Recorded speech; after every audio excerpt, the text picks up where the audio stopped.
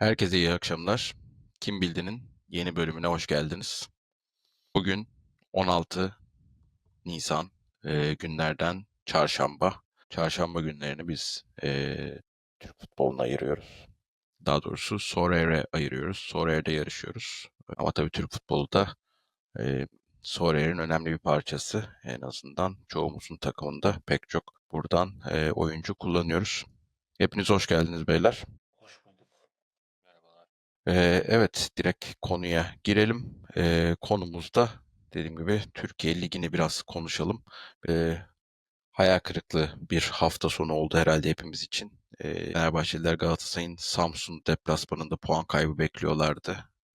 Olmadı. Biz Galatasaraylılar Sivas deplasmanında puan kaybı bekliyorduk Fenerbahçe'den. O da olmadı. Onun haricinde Arda için Göztepe'ye de hayal kırıklığı oldu. Yani gene evet 10 hafta oldu. Galibiyet Fener maçıyla başlayan. Bekleme boş ver ya kupa. Yani Göztepe'nin işi kupa bundan sonra Maçı yani. geliyor Ligde bir haftaya. şey yapmaya gerek yok yani. Kupa finalini de Eskişehir'e vermişler. Perşembe evet Eskişehir açıklandı. Güzel de stat. Güzel Ne oldu. diyorsunuz? Meriç sen bekliyor muydun Galatasaray'dan bir puan kaybı dediğim gibi? Ben açıkçası Sivas'tan bekliyordum. Ya ben iki takım arasında Fener'in daha zor bir fikstürü olduğunu düşünüyordum. Bir Sivas'a puan kaybı bekliyordum. Valla Galatasaray'ı ben açıkçası yani Samsun bu ara yani hatta İşte Göztepe ile beraber ligin en düşüşte takımı olabilir yani. Evet. Bir de eksikleri de vardı önemli. Mark Bola yoktu, sol bekleri. Biri daha yoktu, aklıma gelmedi şimdi ama. Ait Şey, Benacer. aynen Benacer yoktu. Olivier Encham yani ilk haftalar falan Süper Lig'in en iyi oyuncularından biriydi. O da bayağıdır ortada yok yani. Fıkleri bu Marius o da e, bayağıdır bir gol atamıyor.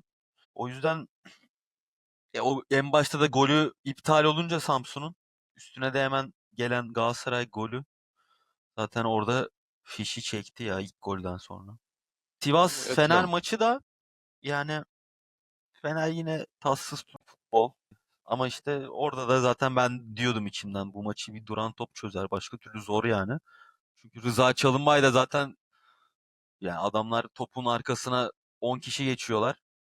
Yani çok zor. İşte orada da Talisca güzel attı. Güzel Valla. bir gol attı gerçekten. Ama yani Efkan'ın golünü de konuşmak lazım. Öyle bir gol yok yani. Abi inanılmazdı ya Ya gerçekten. bildiğin sezonun golü olabilir bu arada gerçekten. Aynen. Gerçi sonra dengeledi.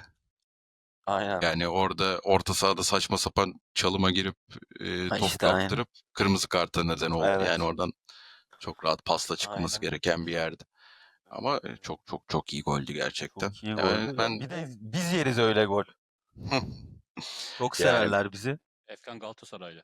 Abi bir de Sivas'ın bu stoperi var Radakovic.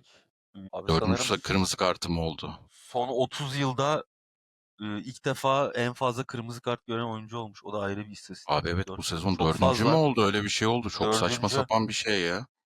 Yani Bir de yani şey net kırmızı kartlar yani. Ya da tabii indiriyor. tabii. Tabii. Ve yani ben Sivas dediğim gibi beklediğimin biraz altında kaldı. Ama niye bekliyordum o da ayrı soru. Yani Aynen. Sivas'ın gücü bul zaten yani. Abi başka gol atamazlardı yani. Normal Ya akan biraz oyunda tabii insanın aklında şey kaldı. Geçen sene Fenerbahçe'nin Sivas'a yine aynen ligin bu öyle bir şey bölümlerinde vardı. puan kaybı. Orada da hem Sivas'ın çok şansı vardı. Yani Sivas o golü penaltı, VAR'dan gelen penaltı 90'da Evet. olmasaydı ki 90'dan sonra 90 artıda Fener yine atıyordu az kalsın. Biraz daha erken yapsaydı Fener 3-2 yapardı o maçta da geçen sene. Çok son anda olunca öyle karambole geldi bitti. İşte bir de Koyta Moyta o da sakat. Yani Sivas çok yetersiz bir kadro gerçekten. Yani Yetersiz. Bence bir düşsünler bir kendilerine gelsinler öyle işte çıksınlar. çok düşme adayı var ya. Yani hepsine Sivas'ın işi bakıyorum çok ayrı zor. ayrı. Sivas'ın işi zor. Sivas'ın işi gerçekten çok zor. Buradan daha Galatasaray maçları da var yani. Bu kadroyla Bir yani de böyle yine elinden geleni yapıyor da malzeme bu kadar yani. aynen. Yok yani. Bir de yani çok ofans oynayan bir takım da değil böyle. Diğer takımlar daha ne bileyim Kayseri olsun. Alanya falan bunlar daha gol atabilir diyorsun da Sivas'a da diyemiyorsun. Evet abi, bir de ama Alanya, Kayseri, yine Kayseri kaç sezondur transfer tahtası kapalı. Evet, Ama o bir, yeni bir, bir teknik şeyleri var yani, gidişiyle Cardoso bayağı gibi bir adam yok çıkışa diğerlerinde. geçtiler. İşte Manesi var kanatta koşacak. İleride Bahoken'le Nazon yine Sivas'ta yok. Yani bir Sivas'ta Rey Manay var. Manay da zaten serseri mayın gibi, ne yaptığı belli değil. Abi o mesela, atıyorum, tamam tabii ki de çok güzel gol Talisca da saçma sapan atlıyor bir yerlere barajda. Sabit dursa ondan dönecek yani. Aynen, şöyle paralel dönmese, şey yapmasa. Disiplinsiz şey bir adam, ne Mentalsiz yaptığı bir belli adam. Aynen. olmayan bir adam yani. Öyle olunca kaç tane maç içinde de yani çok rahat yapması gereken şeyleri yapamadı. 2 tane müthiş free kick kullandı zaten. Onun haricinde bir tek Manay'ın ayağına bakıyorlar. Başka şöyle bir yetenekli, Yok. Prişar sezonun başını fena oynamamıştı ama o da kayboldu iyice. Geri Neydi Rodriguez Yunan var. forvet? Geri Rodriguez zaten bitik. Prişar duruyor mu orada ya? Bu arada hakikaten görmedim. Oynadı mı Abi Fener bayağıdır maçlarını? oynamıyor. Böyle terk etmiş olabilir şehri yani. Melih, senin Yunan forvet neydi? Forvet değil, ortası Harisis. O cezalıydı bizim maç. Yok, Yok, oynadı ya. oynadı, Oynadı. cezalı duruma düştü o zaman. Olabilir. Evet. Ama oynadı yani. Ya, Harisis fena değil. Beğeniyorum. Şey de tamam, olabilir. Ha, Motusami. Motusami de Nant'ta. kötü değil. Zaten o çıkınca bitti biraz Sivas yani. Bunlar ön libero. İkisi de ön libero yani. Aynen. Defansif adam. Çok Yaratıcı defansif. adam değil. Bekir Sezon vardı. başından beri yaratıcılığı Emrah Başsan'dan bekliyorsun abi. Bu yaşta Emrah Başsan'dan ne bekliyorsun Allah aşkına yani? Yok Zayıf ya, kadro. böyle bir Gibi var mı Türkiye Ligi'nde başka şampiyonluk yarışı haricinde dikkatinizi çeken bir maç, bir fikstür, izlediğiniz bir maç falan var mı? Eklemek istediğiniz, yoksa direkt takımlara girelim mi? alt sıralarda çetin bir mücadele var. Onun dışında ufaktan bir Avrupa Kupası'na katılma. Samsun, Beşiktaş, Eyüp arasında. Yani Samsun düşüşte, şu an Beşiktaş maç eksiği var. O da Samsun'un üstünde gibi gözükse. Yani orada Ya çok kötü top oynuyor. Yani bakacağız. bilmiyorum. Onun dışında Ya orada aşağıdan bir atak yapacak güç şey olsa aslında, bir Antep, Başakşehir işte gelebilir belki. Göztepe son 10 haftada hiç kazanamamasa şu an potadaydı Tabii, yani. 2 çok rahat galibiyet alsa potadaydım. yeterdi. Çok rahat potadaydım. Antep yine güzel bir galibiyet almış. Hatay'ı yenmiş. Halil şovunu yapmış. Vallahi olacak mı ya? Dönsün Galatasaray'a. Ben severim Halil Dervişoğlu'nu. 2 haftadır çılgın Evet, goller 2 atıyor. haftadır atıyor. 2 haftadır güzel goller atıyor gerçekten Halil. Ahmet Son Kutucu hafta yerine attı, tek oynar başına ya. attı zaten. Tek başına gitti, aldı topu attı. Evet, evet. Yetenekli çocuk zaten de, işte bir futbol öğrenmesi lazım. Onu da öğrenebilecek mi? Artık yaşı geçti, öğrenecek yaşı aslında ama belli olmuyor abi futbolcular. Vallahi bizim bu Getson, Halil, Kerem kadrosu benim hoşuma gidiyordu. Yetenekli gençler, bunları pişiririz diye düşünüyordum Ben de ama severdim. bir Kerem oldu yani. Bir şey yapabilecek. Hani Getson Beşiktaş'a iyi oynuyordu. Hani Avrupa transfer yapmadı. 35 Ama yaşında. yok abi, Gedson da hiç gelişemedi. Gedson ilk Galatasaray'a geldiğinde vaat ettiği futbolcu olmadı hiçbir zaman yani. O zaman çok acayip şeyler vaat ediyordu. Evet, gerçekten öyle yani. Getson ya, bir de bizde çok iyi oynadı ya. Ya bir de Gerçekten. dönem dönem o Van Bronckhorst'un, yani bu sezonun başında falan biraz gösterdi ama onun haricinde ya çok box to box gözüküyor ama ya ben hayatımda bu kadar üçüncü bölgeye gidince panik olan, benim ne işim var burada diyen oyuncu yani. Çünkü o pası, o şutu olacak yeteneği var aslında ama yapamıyor. İşte bir Abi şey bence de vardı. öyleydi. Bu sene bence Zihin çok geliştirdi eksikliği var. onu yani. Bu sene Ya bu daha iyi sezon işte gözüküyordu. biraz daha yaptı ama yine de sonra da kesildi yine yani. Gol asisti zaten yok. Dediğim gibi o üçüncü bölgede onları yapamıyor. Bu sene Aynı attı. Bu pası, sene 10 golü falan vardır ya en az. abi onu Çok diyorum işte, attı bu yani, senenin Avrupa'da başında olsun. Van Bronckhorst'la çok attı. Evet. Van Bronckhorst gittikten sonra o, yani gitmeden önce de zaten o da düşünmüştü yani. O Evet, şeyi. sezonu iyi başladı gerçekten, evet. Ya Şerendur bile gol atıyordu ya Van Bronckhorst'ta. Neyse, takımlara girelim. Kim başlasın takımlara? Ben başlayayım abi Başlayayım o zaman. istiyorsanız. Kimse şey yapmadı. Benim zaten 3 tane topçu alabildim şu anda. Ee, evet, deneme çekimlerini tamamladıktan sonra gerçekten sonra evde oynamaya başladık. Takımlarımızın linklerini videonun altında bulabilirsiniz. Girip bizleri takip edebilirsiniz. Ne yaptık, ne ettik, hangi liglerdeyiz, ne yapıyoruz. Sonra üye olabilirsiniz. Siz de bu heyecana ortak olabilirsiniz diyelim. Ama sonra bir yatırım aracı değildir. Sorare para kazanılacak bir yer değildir. Fantasy futbol oyunudur. Buna göre buna göre kart alın, buna göre harcama yapın. Her zaman bütçeniz dahilinde harcama yapın. Eğer eğlenceli olduğunu düşünüyorsanız siz de bizle oynayabilirsiniz. Ama dediğim gibi bu da hiçbir zaman bu NFT olmasına rağmen kartlar her zaman değer kaybediyor. Para kazanabileceğiniz bir yer değil. Bir yatırım olarak görmeyin. Bizim verdiğimiz tiyoları da asla yatırım tavsiyesi olarak görmeyin lütfen. Diyelim ve buyurun efendim. Evet. Yatırım tavsiyesi değil yani. Bildiğin elektronik kartlar alıyoruz burada. Eğlenme amaçlı. Kadro yine Türkiye Ligi'nden gidiyorum ben. Yani Sorare sponsorluğu çekmiş Türkiye Ligi'nden ama yapacak bir şey yok. Biz hala devam ediyoruz. Kaleye Uğurcan Çakır'ı aldım abi. 6.97 demişim, 6.45'e almışım aslında. Sentler kuruşa da hata yapmışım. 2024-2025 kartı eğer fark ediyorsa ilk defa kart aldığım için detay veriyorum bu sefer.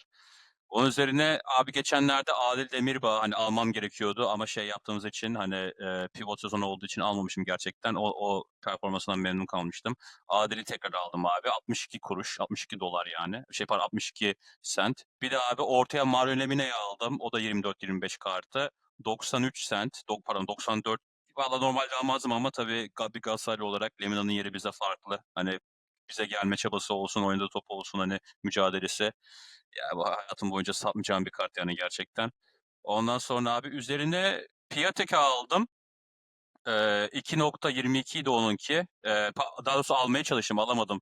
Arka arkaya aldım diye kart vermiyor şu anda. Herhalde beklemem lazım biraz. Sonra alacağım onu.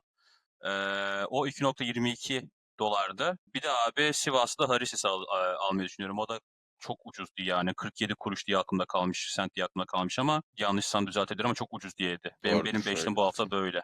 Lemina hariç bence iyi tercihler. Sivas kimde? Şu anda bu hafta kimle oynuyor? Kasımpaşa ile mi oynuyordu? Kimle oynuyordu?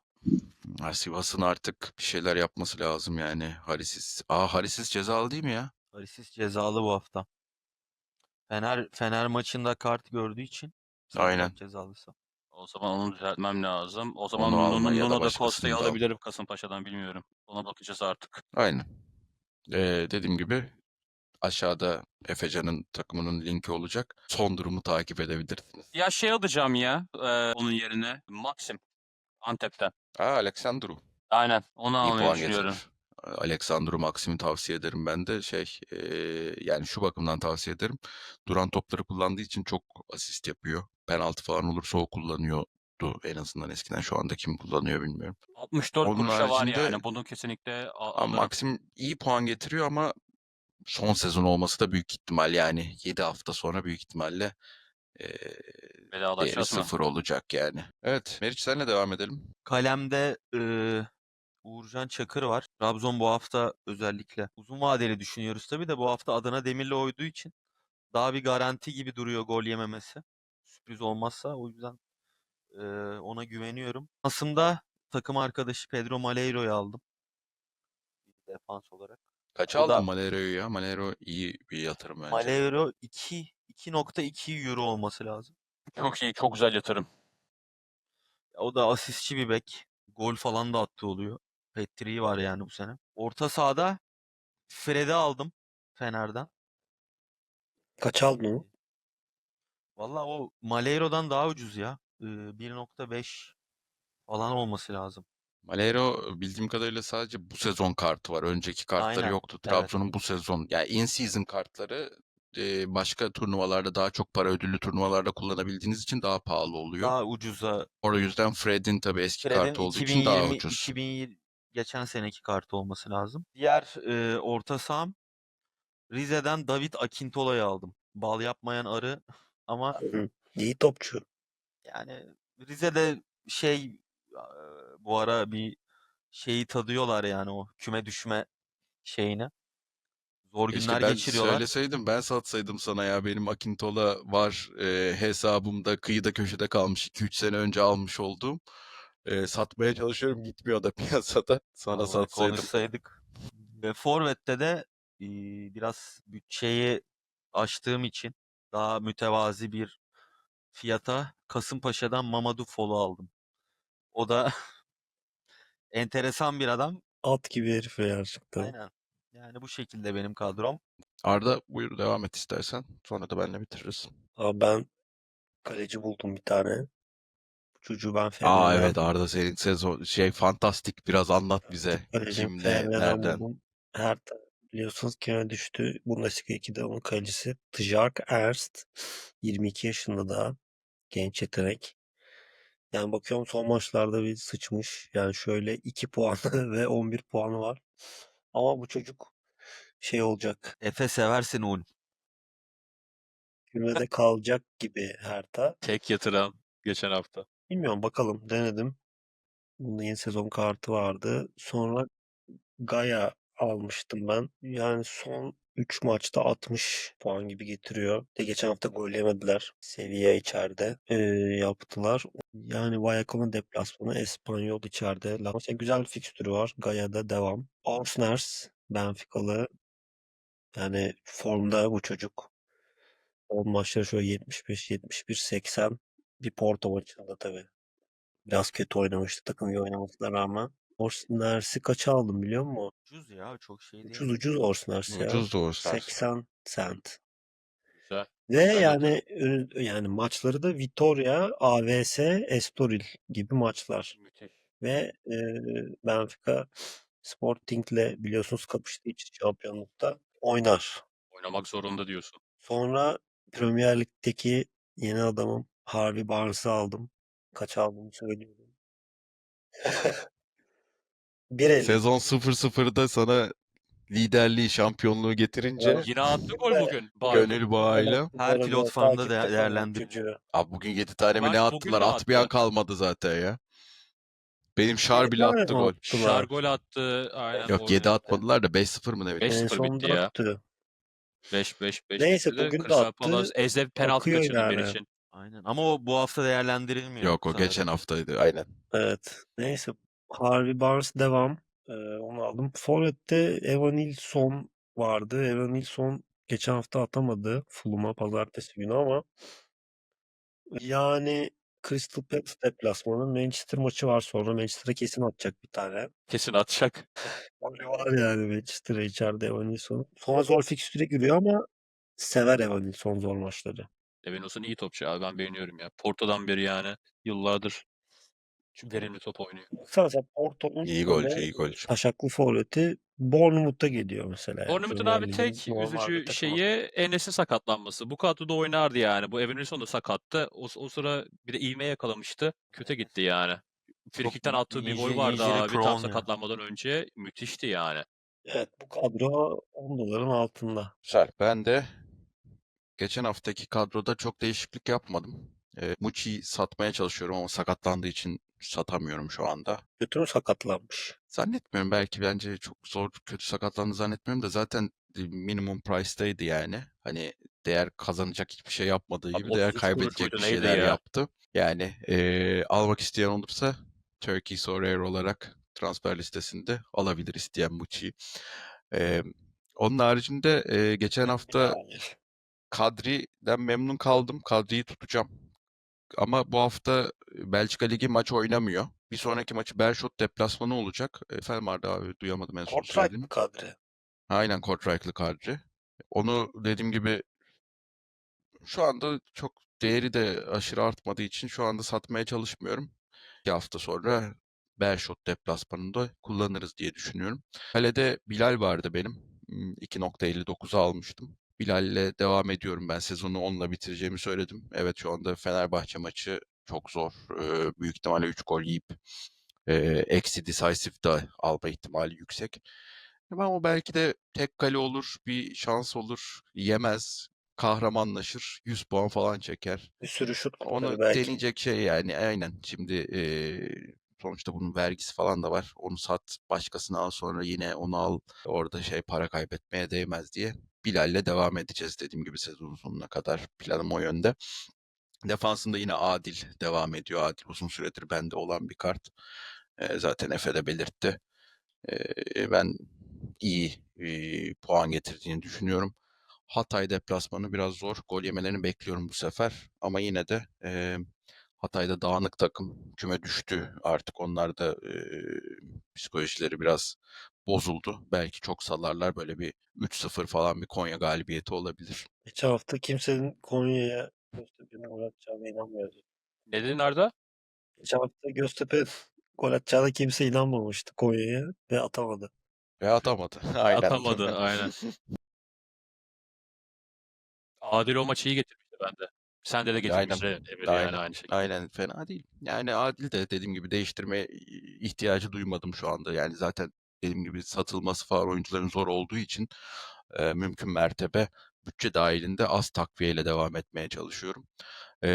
Orta sahaya boşluğumuzda Tony Villena'yı aldım. Alanyaspor bayağı gümbür gümbür gibi gidiyor gibi duruyor ama ya bir Alanyaspor hani köklü kulüp, o kadar kötü kadro değil. Cam gösterecekse, bir umut gösterecekse Alanyaspor gösterir o aşağıda gibi gözüküyor. Lena da devre Katılıyorum. arasında geldi. Bence iyi katkı verdi yani. Orada gol yükünü de sırtlıyor. Gol asist de getiriyor. O Güzel yüzden güzel. Vilena, şimdi Samsun içeride. Samsun'un durumu da malumunuz. Alanya'yı ben bayağı favori görüyorum o maçta. Yani kazanmak zorunda oldukları bir maç zaten. O yüzden Vilena'yı orta sahaya aldım. Forvet'te Banza'yı değiştirmedim. Geçen hafta şanssız bir şekilde bence gol atamadı. Bir golü vara Hafta takıldı. atar. Bu hafta Adana Demir deplasmanında şöyle bir, aynen. Ne kadar onun fiyatı? Banza'yı 5.35 şu anda. Ben bakayım kaça almışım. Banza alınabilir. Gelecek için de alınabilir yani. Galatasaray ve Fener'e de yazıyorlar bu arada. Hani iyi mi olur kötü mü olur bilmiyorum ama. Bize mi? O Evet, zaman ne ikimize oluyor? de yazıyorlar. Icardi gidiyor mu? 5.33'e almışım. Ben 5.33 almışım Osimhen'in geçen zaten hafta. kalmasını beklemiyorum da. Osimhen kalmayacak. İşte Icardi nasıl döneceği belli değil. Galatasaray bir üçüncü forvet alacak gibi duruyor. Kutucuyu da çok forvet saymıyor. Zaten sol açık falan oynatıyor. Yani Morata, Icardi, ama Icardi'nin durumu soru işareti. Bir forvet daha, işte Batshuayi gibi bir forvet düşünüyorlar diyorlar. Morata'nın Bence de kalacağını mantıklı. düşünmüyorum ben seneye ya. Abi Ben Morata'nın kesin kalacağını düşünüyorum çünkü saçma sapan para verdik. 6 milyon euro kiralama bedeli verdik. Satın alması zaten 1 milyon euro mu ne kaldı? Bence o yüzden kesin kalacak. hem öyle hem de Morata'nın kiralığı zaten şeyde Getafe ile bitiyor. görüşüyormuş bir de. Ocak'ta Devre bitiyor. arasında Ocak'ta bitiyor. O yüzden devre arasının da geçirir bizde bence ilk yarıyı. Icardi'nin durumuna bakarız, işte aldığımız 3. forvetin durumuna bakarız. Sonra gerekirse Morata'dan çıkıp şey yaparız. Ya finansal anlamda onu göndermek hiçbir mantığı yok. Çünkü zaten kiralama parası 6 milyon euro Ya ben verdik yani. Morata'nın bir de Bonservisinde 1 milyon yani euro baya verdiler. iyi bir transfer olduğunu düşünüyorum Ben ya. de, ben de, ben de O yani yüzden seneye Morata'nın olması, bir de Osimhen'in olmadığı ortamda, Icardi'nin soru işareti olduğu ortamda takımı tanıyan bir Morata'nın olması çok katkı tabii sağlar bize yani. yani bir o kampa girerse zaten şey öncesi kesin alırlar zaten Tabii. de Yani önemli çünkü bir topçu olur. neyse, evet, yine dağılmayalım, devam ediyorum. Forvet Banza dediğim gibi. Eee, Son oyuncu da hmm, Yusuf Sarı, ekstra adamım da. Zamanların yükselen yıldızı 0.47, aynen, zaten uzun süredir benim takımda vardı eskiden. Beşiktaş'a Bütçe zaten 2 olarak tane attı. 0.47 bütçesi verdik. Eee Beşiktaş'a da evet, bir de free kick golü falan attı yani, hani adam artık Bir de saçmaladı. sonra açıklaması ne? Declan Rice'dan daha güzel frikik golü attım dedi. Öyle mi, onu Yusuf duymadım. Sarı ya. Ya Yusuf Sarı bence çok mantıklıydı ya. Ben devre arasında Galatasaray bekliyordum açıkçası. Abi sakatlandığında Galatasaray doktorları Beşiktaş, tedavi etti adamı ya. Galatasaray. Florya'da tedavi oldu herif Adana Demir'de. Tabii deneyebilirdi abi. Çok hiçbir para yok. Adana Demir'den zaten boşa çıkmış adam yani. Dene, Türk oyuncu. Gerçi Türk sayılıyor mu UEFA'da emin değilim. Onun da Fransa altyapısı var ama kaç yaşında Fransız geldi Türkiye'ye pasaportu var bilmiyorum. onun aynen. Yani Trabzon getirdi neyse. değil mi onu ya? Evet. Ama İyi o kadar topçu. genç Yani gelmemiştir bence herhalde. Yani rotasyonda denenebilirdi. Emre Ama şu Mor'dan anda daha iyi yani. kesinlikle. Olmazsa da kiralık verirdin işte Anadolu'ya. Neyse, minimum price'da 0.47'de zaten şu anda fiyatı. 3 haftadır Decisive'i var. Bu hafta Antep'le içerideler. Başakşehir'den artık onlar da Avrupa'ya gitmek istiyorlarsa, ki gitmek istesinler bir zahmet, bir atılım bekliyorum. Yani beklemiyordum geçtiğimiz hafta ama Beşiktaş'ı da deplasmanda yenince şöyle bir kafalarını gösterdiler. Artık bir orayı zorlasınlar. Bence Antep'i içeride yenmeleri lazım diye düşünüyorum. Bu şekilde takımlarımız. Ben de seninle aynı görüşlere katılarak Piatek'i aldım Yusuf Sarı yerine. Yani mantıklı. Piatek de uzun süredir de suskun. Penaltı harici gol atmıyor. Biraz onun da artık devreye Onun da girmesi lazım. zamanı geldi. Evan Nilsson tarzı. Yani şeyleri de söyleyelim. Ben Challenger takımına ligine katıldım. Meriç de aynı şekilde. Arda All Star ligine katıldı. Bakalım bir ödül alacak mıyız? Alırsak paylaşırız burada sizinle. Umarım hepimiz ödül alırız. Ama en çok puanı ben kazanırım ki bu ligde de 4 puanı ben alırım diyelim. Göreceğiz İnşallah. bakalım. Eğer videoyu beğendiyseniz bir like tuşuna basarsanız çok mutlu oluruz. Komentlerinizi her zaman bekliyoruz. Eğer siz de Sorare'de oynuyorsanız takımların dediğim gibi linkleri aşağıda olacak. Bizi takip edin. Biz de sizi takip ederiz. Konuşuruz burada, paslaşırız. Kimleri aldık, kimleri sattık. Kimler iyi puan getirebilir, yatırım olabilir bilmem ne. Bunların hepsini konuşuruz. İnteraktif olursa çok eğlenceli olur bizim için. Diyelim ve hepinize iyi akşamlar dileyelim. Teşekkür ediyoruz bizi dinlediğiniz için. Teşekkür ederiz. İyi akşamlar. İyi akşamlar. İyi akşamlar.